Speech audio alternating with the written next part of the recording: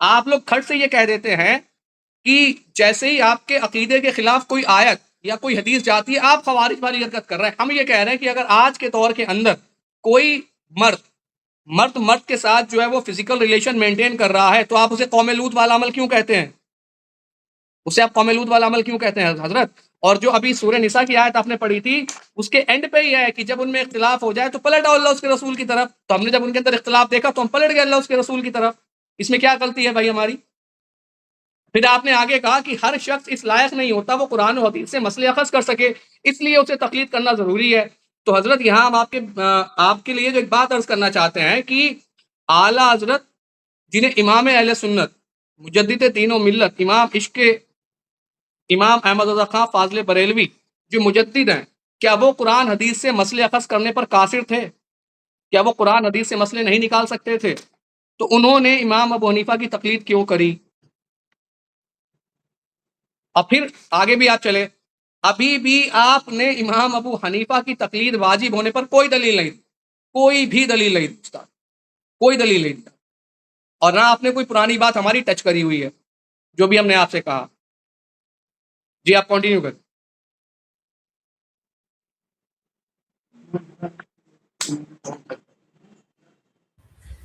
چلیے رمیش بھائی نے اسی آیت کا آگے کا جو کنٹیکسٹ ہے اور آیت پڑھی، ٹھیک ہے، کون سا جو آیت پڑھ اب تم کر لو، تھک گئے. ہاں ایک حوالہ دے دیجیے ذرا سا. آپ نے کہا نا کہ امام اعظم ابو حنیفہ نے جو ہے، رمیش بھائی ابھی دے دو. رمیش ریکارڈنگ نہیں ہو رہی. ارے سنو تو جناب. ہاں سن رہے ہیں، سن رہے ہیں. ارے حوالہ دینا ہے کیا نا؟ مائک میوٹ ہے ان کا. مائک میوٹ ہے تو جی بولے. ہم کہہ رہے ہاں آپ حوالہ تو دیجیے جو امام اعظم ابو حنیفہ علیہ الرحمہ کی جس بات کا آپ نے حوالہ دیا نا کہ یہ سورہ فاتحہ. نہیں اس کا تو حوالہ دے دیں. پہلے جو ہم نے عائشہ والی بات کی ذرا آپ اس پہ بتائیں کہ ان صحابی کے اوپر آپ کیا فتویٰ لگائیں گے. آپ حدیث پیش کریں، آپ کنٹیکسٹ دیں، اس کی شرح ہم دیکھیں گے، اس کے بعد ہم بات کرتے ہیں اس پہ. ایک سیکنڈ بھائی. آپ پہلے حدیث تو پیش کیجیے. حدیث پڑھنے سے پہلے ہم کیسا حکم لگا دیں؟ ذرا انہیں بتا. یہ نہیں. حضرت ہاں بولیں. ہماری بہن کے سسر کا انتقال ہو گیا، ابھی فون آیا جسٹ 10 منٹ پہلے، تو ہمیں نکلنا پڑے گا. ٹھیک ہے ابھی.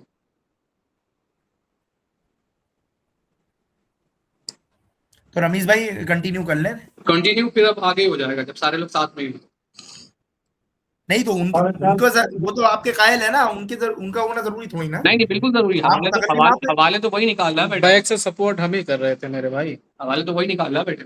بیک سے سپورٹ ہم ہی کر رہے ہیں. حوالے تو وہی نکال رہا ہے بیٹھا ہوگا.